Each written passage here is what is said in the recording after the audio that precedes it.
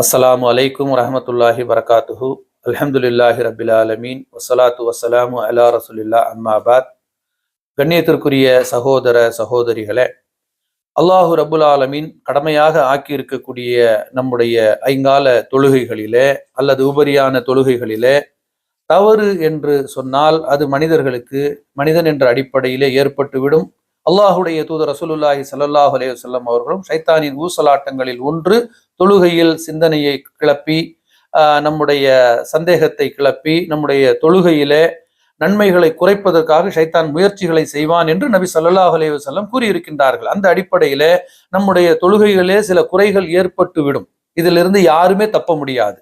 இப்படிப்பட்ட இந்த தொழுகையில ஏதேனும் ஒரு செயலை நாம் அதிகமாக செய்து விடுவது அல்லது குறைவாக செய்து விடுவது அல்லது நாம் செய்த அந்த எண்ணிக்கையில் சந்தேகத்தை ஏற்படுத்துவது, இந்த மூன்றுக்கும் நபி ஸல்லல்லாஹு அலைஹி வஸல்லம் சஜிதா சஹ்வு என்ற ஒரு சட்டத்தை நமக்கு கற்றுக் கொடுத்திருக்கின்றார்கள். நாம் நிற்பதிலோ அமர்வதிலோ அல்லது ருக்கு செய்வதிலோ அல்லது சுஜூது செய்வதிலோ நாம் கூடுதல் குறைவு செய்தால் அந்த தொழுகை பாழாகிவிடும், அந்த தொழுகை ஏற்றுக்கொள்ளப்படாது. அப்போ அந்த தொழுகை ஏற்றுக்கொள்ளப்பட வேண்டும் என்று சொன்னால் இப்படிப்பட்ட சந்தர்ப்பங்களில் 2 சஜிதா சஹ்வுகளை செய்ய வேண்டும். சஹ்வு என்று சொன்னால் மேற்பார்வை என்று பொருள். நாம் செய்த அந்த செயலை மேற்பார்வையிட்டு அதை சரி செய்தல் என்று பொருள். சஹ்வு என்று சொன்னால் மேற்பார்வை. அப்ப நாம தொழுத 4 ரக்காத்தை அதை பார்க்கிறோம், கரெக்டா தொழுதோமா, அப்போ அதை நம்ம சஹ்வு தேவையில்லை. அதில் குறைவு ஏற்பட்டால் சஹ்வு செய்யணும். எப்படி செய்யணும்? நம்முடைய விருப்பத்துக்கா? ருக்குவை நம்முடைய விருப்பத்திற்கு நாம் செய்ய முடியாது, சுஜூதை நம்முடைய விருப்பத்திற்கு நாம் செய்ய முடியாது. சல்லு கமா ராய்த்துமூனி உஸல்லி, என்னை எவ்வாறு தொழ கண்டீர்களோ அவ்வாறே நீங்களும் தொழுங்கள் என்பது அல்லாஹ்வுடைய தூதர் ரசூலுல்லாஹி ஸல்லல்லாஹு அலைஹி வஸல்லம் அவருடைய கட்டளை. இந்த கட்டளைக்கு மாற்றமாக ஒருவர் தன்னுடைய தொழுகையை அமைத்துக் கொண்டால் மறுமை நாளிலே அல்லாஹ்விடத்தில் அவர் பதில் சொல்லி ஆக வேண்டும். என்னுடைய விருப்பத்திற்கு நான் தொழுகையில் சட்டங்களை கொண்டு வர முடியாது. அப்ப அல்லாஹ்வுடைய தூதர் நபி ஸல்லல்லாஹு அலைஹி வஸல்லம் ஹயாத்தோடு இருக்கும் பொழுது தொழுகையில் கூடுதல் ஏற்பட்டது, குறைவு ஏற்பட்டது, மறதி ஏற்பட்டது, சந்தேகம் வந்தது. இதற்கெல்லாம் நபி ஸல்லல்லாஹு அலைஹி வஸல்லம் தீர்வுகளை நமக்கு சொல்லி காட்டி இருக்கின்றார்கள். அதற்கு மாற்றமாக தொழுகைக்குரிய ஒரு சட்டத்தை ஒருவர் எழுதுவாரேயானால் அவர் மார்க்கத்திற்கு முரணான காரியத்தை செய்திருக்கிறார். அவர் யாராக இருந்தாலும் அதை நாம் பின்பற்றக்கூடாது. அப்ப நாம என்ன செய்யணும்? நம்முடைய தொழுகையிலே நாம கூடுதல் ஏற்பட்டு விட்டால் என்ன செய்யணும், குறைவு ஏற்பட்டால் என்ன செய்யணும், சந்தேகம் வந்தால் என்ன செய்யணும் என்ற இந்த 3 கோணத்தில் நாம் இந்த சஜிதா சஹ்வுடைய சட்டங்கள் நிறைய ஹதீஸ்கள் இருக்கின்றன. சுருக்கமாக நாம் விளங்கிக் கொள்ளுவதற்கு, நம்முடைய தொழுகையில் ஏதேனும் ஒன்று கூடுதலாக செய்துவிட்டால் அதை நம்முடைய தொழுகையிலே நமக்கு நினைவு வந்தால் அல்லது நினைவுபடுத்தப்பட்டால் நாம் சலாம் சொல்லுவதற்கு முன் 2 சஜிதாக்கள் செய்ய வேண்டும். எப்ப சலாம் சொல்றதுக்கு முன்?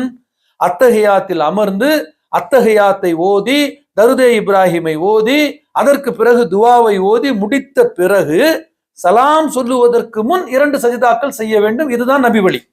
இதற்கு மாற்றமாக செய்யக்கூடியவர்கள் அல்லாஹ்வை அஞ்சிக் கொள்ள வேண்டும்.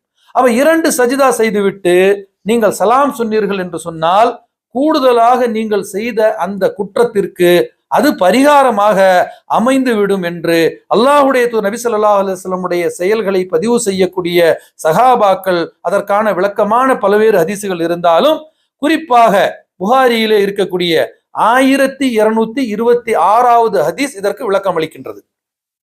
அப்போ சலாம் கூறிய பிறகு ஒருவேளை இந்த சம்பவம் நினைவூட்டப்பட்டால், 4 ரக்காத்துக்கு 5 ரக்காத்தா தொழுதுட்டீங்க, 2 சஜிதாவுக்கு 3 சஜிதாவா செஞ்சிட்டீங்க, 3வது ரக்காத்துல தெரியாம அத்தஹியாத் அமர்ந்துட்டீங்க துஹர் அஸர் போன்ற தொழுகையில என்று கூடுதலாக ஒன்றை செய்துவிட்டு 3வது ரக்காத்துல நீங்க அத்தஹியாத்துல உட்கார்ந்தா மீண்டும் 4வது ரக்காத்துலயும் உட்காரணும். அப்ப மொத்தம் 3 அத்தஹியாத் வந்துடும். அப்ப இப்படி ஏதேனும் ஒன்றை கூடுதலாக செய்தது தொழுகைக்கு பிறகு உங்களுக்கு ஞாபகப்படுத்தப்படுகின்றது. தொழுகைலாம் முடிஞ்சிருச்சு, சலாம்லாம் சொல்லி அதுக்கப்புறம் மக்கள் பேசும்போது ஒருத்தர் பேசி அந்த செயலை கன்ஃபார்ம் பண்றோம்.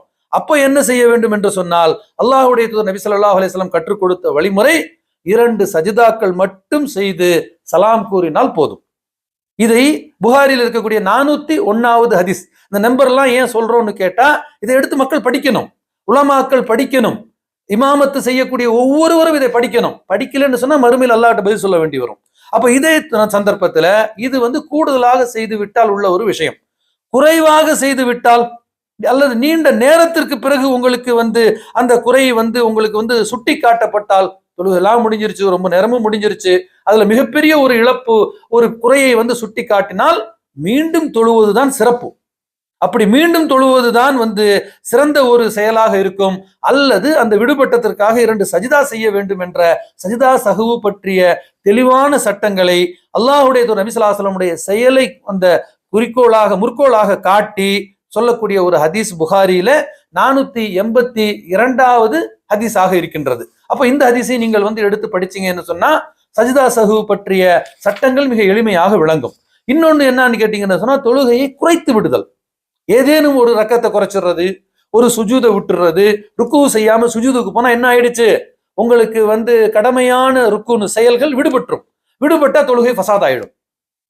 அப்ப இப்படி ஒரு ஃபசாதான தொழுகை மறுமையில நமக்கு மிகப்பெரிய நஷ்டத்தை கொடுத்துரும். அப்ப நபி ஸல்லல்லாஹு அலைஹி வஸல்லம் சொல்லி காட்டுறாங்க, இப்படி ஒரு குறைவு உங்களுக்கு நிகழ்ந்து விட்டால் நீங்கள் அதை என்ன செய்யணும், அந்த இழந்ததை செய்யணும். எதை விட்டீங்களோ அதை செய்யணும். அது மறந்தோ அல்லது தெரியாமலோ, அது தொழுகை முடிந்த பிறகு மக்கள் சுட்டி காட்டியோ இருக்குமே. நபி ஸல்லல்லாஹு அலைஹி வஸல்லம் ஒரு வேளையில 4 ரக்கத் தொழுகை 2 ரக்காத்தா தொழுது சலாம் கொடுத்துறாங்க. அதற்கு பிறகு மக்கள் அதை ஞாபகப்படுத்துறாங்க. இல்ல நான் 4 தான் தொழுதுன்னு கூட நபி ஸல்லல்லாஹு அலைஹி வஸல்லம் என்ன செய்யறாங்க, குறிப்பா சொல்லியும் காட்டுறாங்க. அப்ப அந்த அளவுக்கு மறந்து போயிருக்கிறாங்க. அப்ப மீண்டும் நபி ஸல்லல்லாஹு அலைஹி வஸல்லம் தக்பீர் சொல்லி விடுபட்ட 2 ரக்காத்துகளை தொழ வச்சாங்க.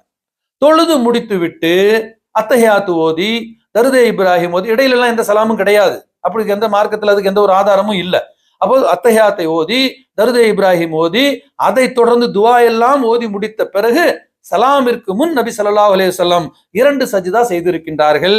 இதை நீங்க புகாரியில 829வது ஹதீஸ்ல பார்க்கலாம். அதே போல 3வதாக ஒரு காரணம் வஸ்வஸ், சந்தேகம்.